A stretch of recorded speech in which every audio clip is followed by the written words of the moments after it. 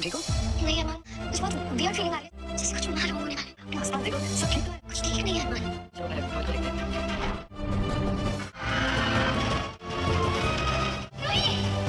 ये रिश्ता क्या कहलाता है कि आने वाले एपिसोड ज़बरदस्त सनसनीखेज होने वाले हैं। आने वाले एपिसोड में अरमान अबीरा को कहता है आप परेशान लग रही हैं, क्या हुआ है? अबीरा कहती है नहीं, मैं इतनी परेशान नहीं हूँ, लेकिन मुझे कुछ अजीब सा फील हो रहा है, यहाँ कुछ होने वाला है। अरमान कहता है नहीं नहीं, यहाँ क्या होता, क्या होगा? इधर उधर देखो, चारों तरफ देखो, सारे बंदे अपने काम मसरूफ़ हैं, कुछ नहीं होने वाला।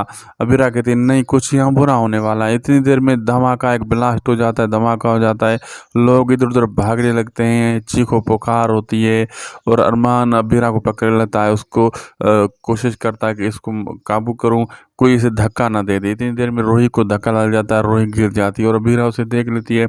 अबीरा रोई रोई करके उसकी तरफ चलाती है और भागती है, तो अरमान उसे रोकने की पीछे से कोशिश करता है, नाकाम कोशिश करता है।